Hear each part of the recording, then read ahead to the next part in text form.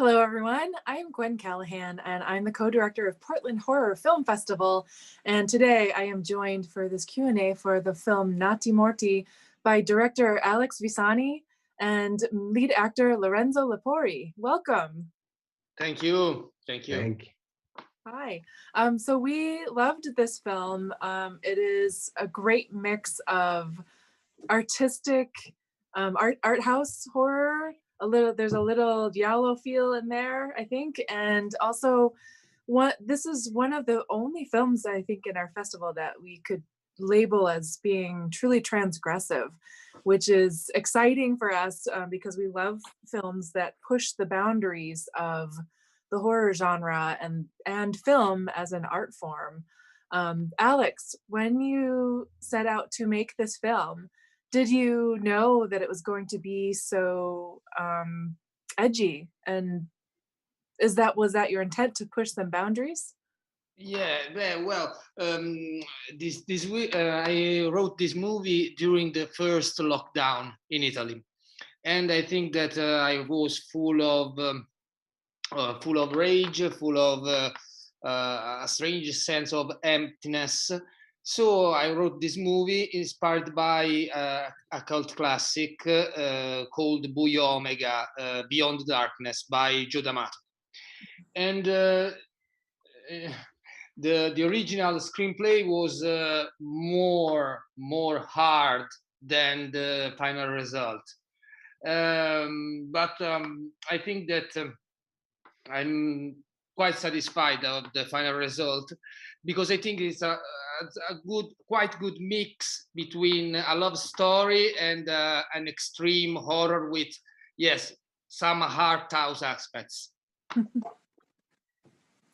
And for Lorenzo, is this like character for you and the type of movie, is this something that you've done before? Have you acted in horror films before? Yes, I did. I've done a little number of movies, quite extreme in the characters.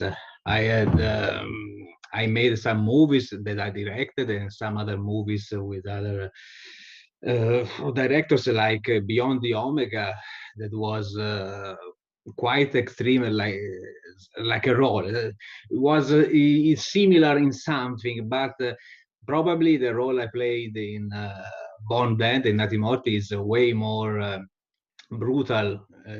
He's an animal in most part of the movie. So it was for me. Well, the challenge was to play so an extreme role in not without overacting, without doing a hammy performance. So I tried to be very simple, very simple. I was inspired probably by some other great actors. I always had Oliver Reed in mind while I was doing this character, and Alex was very good in directing me, because he left very much to my inspiration, but he was quite sure of what he wanted in the movie. So we were quite along in what we were doing. We wanted a role very to be played in every easy way. So I did. I think without doing too much, because the situations were already extreme. So I hadn't to do too much to be extreme in this movie. Well, there is a thing that I must say. When I wrote Nati Morti, I wrote the two main characters on the two actors that, after the screenplay was ready, played the role. So I wrote the part of Tony exactly for Lorenzo, and the part of Luna exactly for Ingrid. It's the first time in my life that I wrote a movie on two actors. You know, usually you wrote a story and then you search the actor that is it's good. It's more near as possible to what you wrote. in this case, I wrote on two real person, and with my fantasy, of course, and it was easy, more easy when you have already your character alive in front of you, and so I think that it's one of the elements that make the movie quite effective, quite good. Okay. Did they know that you were writing this for them? Absolutely. Okay. Yes, So yes. so you knew that you would I be knew, I knew, highly yes. recommended. I'm always eager to play extreme parts. I live for that. You can write me a new one every day. I'm Yes, ready. yeah, yeah. The life is so it's a it's a bore. It's a bore without those roles to play. You got to do them, Very or we nice. go in jail. When you filmed the outdoor scene in the beginning, when Ingrid is, or when Luna goes to the forest and finds the dead bodies, did you have to arrange anything for this shoot, or were you just shooting and hoping that no one comes and sees what you're doing? The second one you say, the second one. I was hoping every single minute of this set that nobody came in the mansion, in the woods, because we were under red zone, an hard lockdown for COVID. So we were, it's a regular set, okay? But it was a very hard period because all people were locked down inside their house, and sometimes cops goes around. So if they find you out of your house, they can say you something. If they came on the set and see what you see in the movie, they can say more, okay? And so I was hoping that nobody see us for every single second of this movie. Just add a lot Guerrilla of tension filmmaking. to the scene. Oh my goodness. So Yes. you got lucky. Yeah, absolutely. I'm always lucky when I do movies, because I do movies without the money, with micro budget or with a lot of problems, but I'm always lucky. First of all, because the movie comes to an end. It's not okay. And the second thing is that I have all around me people that help me a lot, and someone from above that helped me a lot. So I think that I'm a very lucky director, a poor but a lucky director. Okay.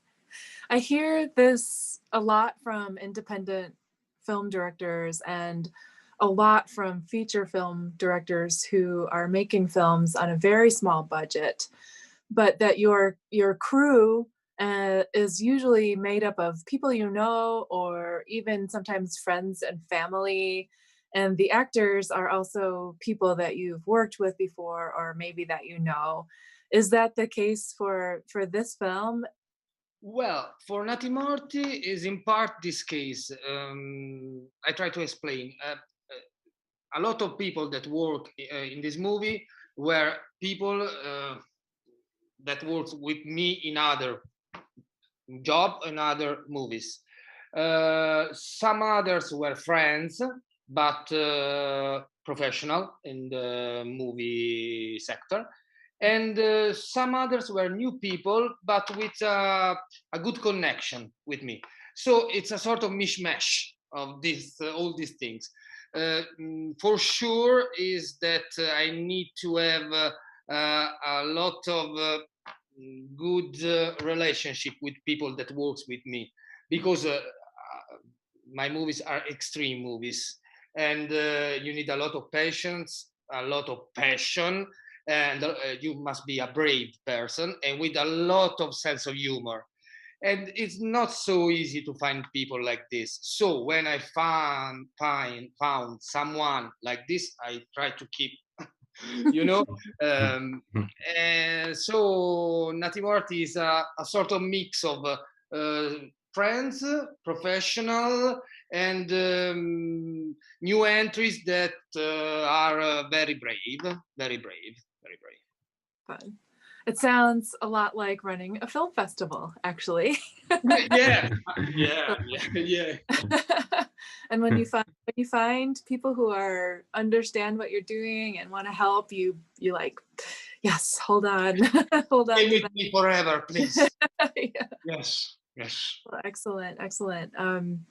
With the filming itself, the camera work and the cinematography and the way that you set up all of the shots and the production design of the house, everything is so beautiful and designed. Did you have a separate production designer or production artist that you work with? Well, the cinematography, the photography. I am the director of photography and also the cameraman and the editor Okay. and the writer. Okay, you know, the director.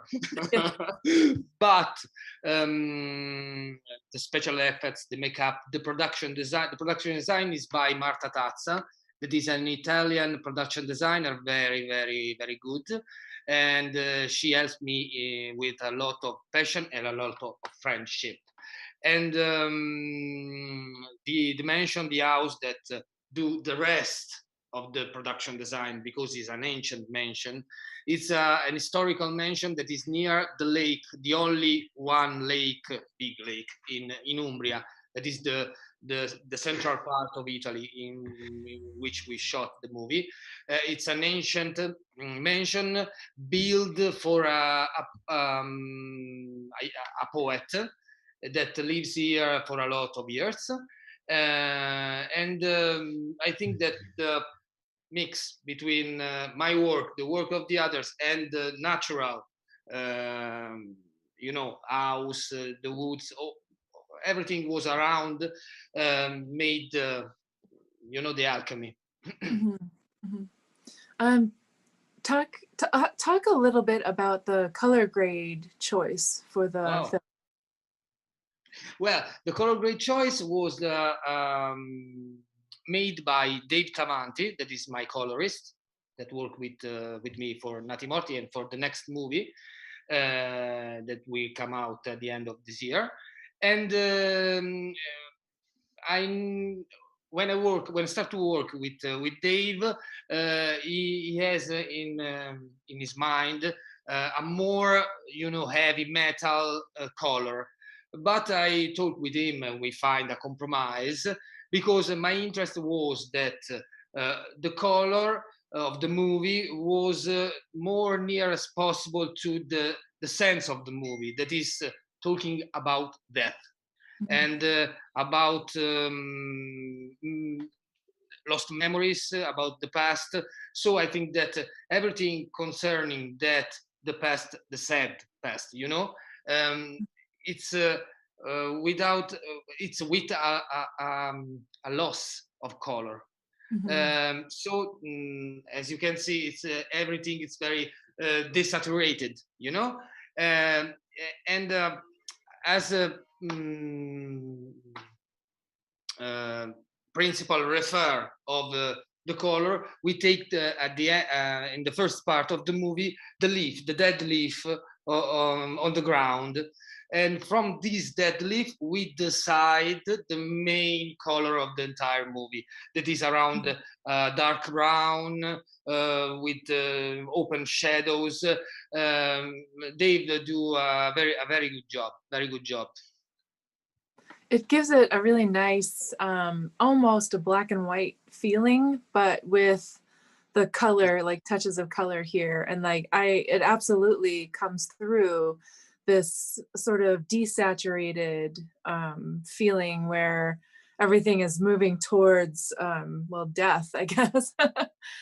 So Yes. it's really, really nice choice. Thank you very much. Thank you very much. It looks a lot. With the taxidermy and the eventual, I guess, the human, I was waiting for Luna to do something with the woman's body in the cellar, and nothing really happens. No. Why? because I think that I want to make a different movie in the subgenre of necrophilia. You know, Mhm. in all movies about necrophilia, uh, in, in some point of the movie, you see the man or the girl that makes sex with a dead body. Mhm. This is another kind of necrophiliac. Uh, I was interested in a sort of necrophiliac love for the memories, for the past. So Luna loves to do taxidermy because her father teach her how to do this. And when she meet Tony, she slowly lost control, and so take for the first time a part of that body and make sex with a part of that body with the guts. But their story and their life ends too quickly to make an evolution and make maybe sex with dead bodies. For all the two main character was a beginning of something, a beginning also for a love for death, but was a beginning, and their life was too short for to uh, develop this kind of feeling. Mm. Interesting. Um, for Lorenzo, with playing the character of Tony, um, how did you how do you feel like your character's progression from the discovery of like being in the forest with the dead girl, and then being at the end sort of a tragic figure, tragic like love, almost a not quite a Romeo and Juliet, Sort but of. almost. Not quite. Sort of. Sort of, yes. Beh, it's interesting. It brought me memories of heroes, tragic heroes of some movies of the 70s that I loved, movies with Alain Delon, with Anthony Quinn. So I could fill my head with dreams about tragic heroes to drive my interpretation in this trip, because the story of my character is a story of a beast that is blocked. It's caged in this chair, and then quietly freed in this love story with another strange mind that is the character of played by Ingrid. And it came out easy, and it was an easy way to go for even for this character. I never felt it was forced. It was very natural as a progression of this character. They are lonely in the world in this movie. There is nothing. There is only those two people. The other world is only disturbance. So it's this love story must be it's the movie itself, and it was quite fascinating to play it. It was a very strange relationship. It was a very good thing to do, because the movie was perfect.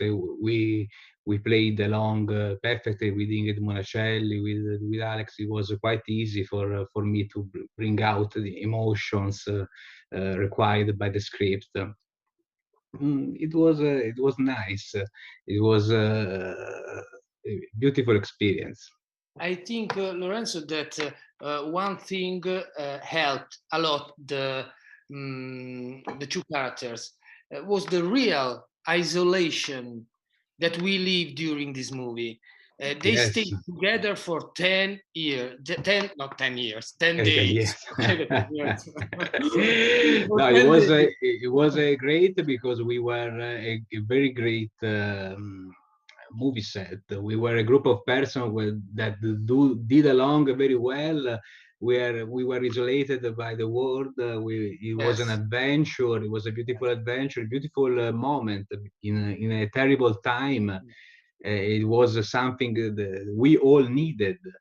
So even the dark nature of the movie became secondary during the experience. So nobody in this set or in this movie thinks to have been doing something extreme, because it was always about love. We very loved the cared about each other. So the extreme nature of the script was just secondary, because we were so happy doing Yes. it. Yeah. So because we were very about doing it good, because it was the only thing we can do in this moment of our life, because everything was shit.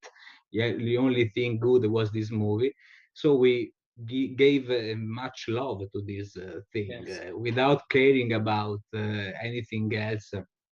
And that's I think it's a secret of this movie, because even if is extreme in his um, meanings, you have something of a very good vibration by it, something that don't disturb the people that look at it. I can feel you can. I think you can feel the love that was infused in this movie Yes. while you look at it. I think it was the force, the real force of this movie, the love of people that made it. We have a lot of problems, very little budget, a lot of technical problems, a lot. But the love of people that work on it is the real force of the movie. And you don't know, but you feel it when you see it. You don't know, but you feel it. It's the thing that put the movie up the surface, you know. And I will never thanks well, well and I always thank all the people that work inside. And I want to thank, I want to say that there is a guy that is one of the best taxidermists in Italy, that is Stefano Panfili, and he works in the distance with us. He gives to us the dead bodies of the animals. He does during the beginning of the movie, the taxidermy, the real taxidermy on the bird, and also him put love inside this project. So it's a project of death made with love. I think it's the best description. And that's an interesting point too, that often we have this this death and love kind of mixing, but also pushing against each other. Yes. And that really, I think, comes through in the film. Why just do you personally feel like death and love are so intertwined? Well, I think that I know the big I question. am I am a very passionate guy. Okay, so I cannot leave relationship with people, with friends, or with a girlfriend without putting some extreme aspects. And I think that it's a sort of symbolic reflection on my life, on my point of view about love and about memories, about family, about the past. Of course, everything is it's extreme. Everything is exaggerated in the movie, but it's my personal vision, and I think that love and death, and with that I mean the end of a relationship, are the two strong and most high point of a relationship itself, the beginning and the end. Mm. And so I create a story that it's extreme, of course, but I think I was talking about this, the beginning of a story and the end of a story. And it's the best part of a relationship because if it's full of death in the end, but a lot of life in the beginning gives you emotions. Okay, yeah, that makes sense. Definitely. Sorry, went a little deep there. It's okay. It's good. But that's the great thing about film and art, is that you can say all these things without saying them. And it's really wonderful how wonderful to see this film in particular. There's a fearless quality about it, that you're okay, you put these images on screen and you're like, here you go, and you're not really, I don't feel like you commented on what we see on the screen, and you let it all speak for itself, which is nice. Yes. What was I saying? I just lost my train.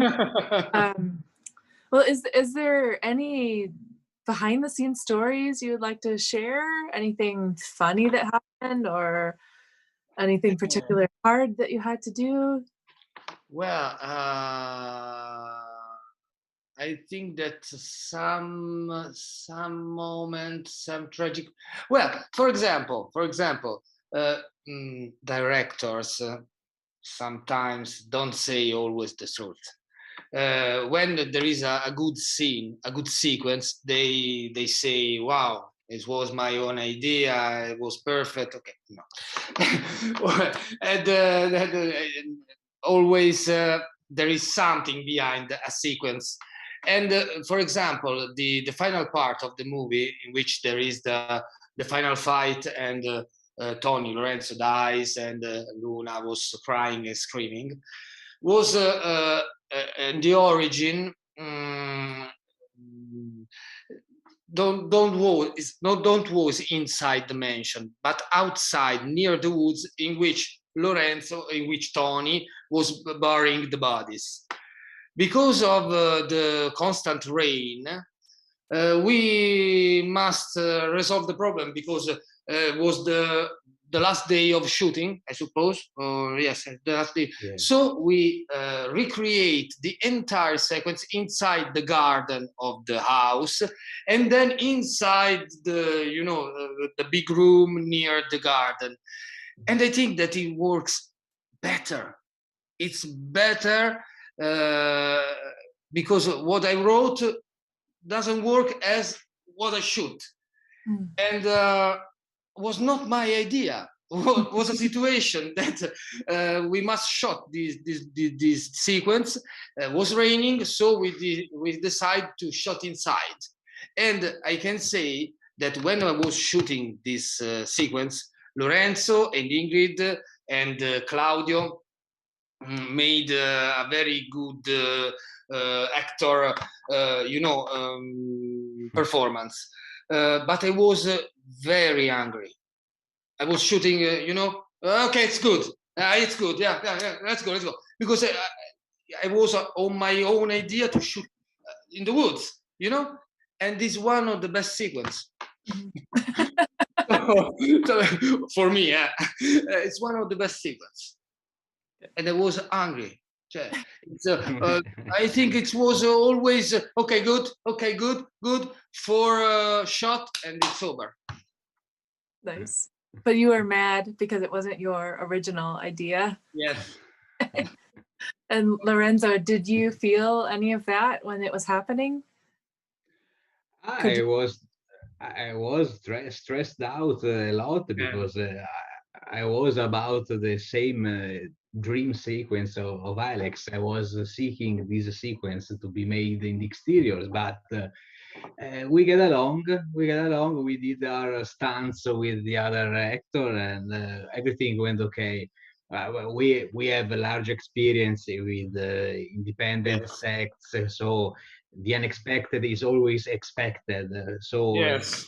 We were ready. We were ready to make another thing, to do it good, and so we got along well. As always with Alex, everything is in being ready. You have to be ready to the unexpected. Problem solving everything. and so we did. Well, wonderful. I think the scene worked out to your advantage, and hopefully you're excited about it instead of angry. Yeah. Yes. But we should wrap up. But I want to thank you both for joining us, answering questions and giving us some insight behind your wonderful film. Before we say goodbye completely, Alex and Lorenzo, is there a place online or on Instagram or Facebook or Twitter where people can follow you or follow the projects that you're working on and find out more about them? Yes, you can find me and Lorenzo on our personal Facebook, Alex Visani and Lorenzo Lepori. You can follow the official Facebook page and the official Instagram page of Nati Morti, writing Nati Morti il film, Nati Morti the movie. And you can find our personal Instagram profile, Alex Visani, and Lorenzo Notte Nuda. Lorenzo Notte Nuda. Okay. And maybe in the future, in the very next future, you can see another movie that I directed, and Lorenzo played the main character, a very evil main character, that is called Blades in the Darkness. The movie was shot in Tirana, Albany. It's a German production, and it's a sort of Albanian Predator. You can see something like this. Albanian Robo War. Or Robo War, Bruno Mattei Robo War. And I think that the movie will be out in October. Now we are. I made the editing. The movie is almost complete. The production like it, and now the production must send the movie to festival, to movie sales agency, and we see. We will see. Excellent. Well, I hope we see it here in the US. Yeah, I hope so. Yeah. All right. Well, for those of you watching, we hope you enjoyed Nati Morti. And if you're catching this by chance before you've seen the film, hopefully you get to watch the film. Everything in Portland Horror Film Festival is streaming through July 6th, which is Wednesday. So you have plenty of time to catch up on anything else that you might have missed. And you can hop on the Portland Horror Film Festival Discord server, and some of the filmmakers pop in from time to time, and you can ask them more questions about their films or just tell them what you liked about it. And that invite to that server is bit.ly/PHFF Discord, and that will get you to the server. So we hope to see you hanging around there. Alex, Lorenzo, it was my great pleasure to chat with you both. Thank you so much for joining us, and I can't wait to see what you do next. We wish you all the best. Thank you very much. Thank you very much for your amazing festival, your great passion for horror. Stay horror, stay horror. Thank you, guys. Thank you, Portland. Thank you. Goodbye. Goodbye.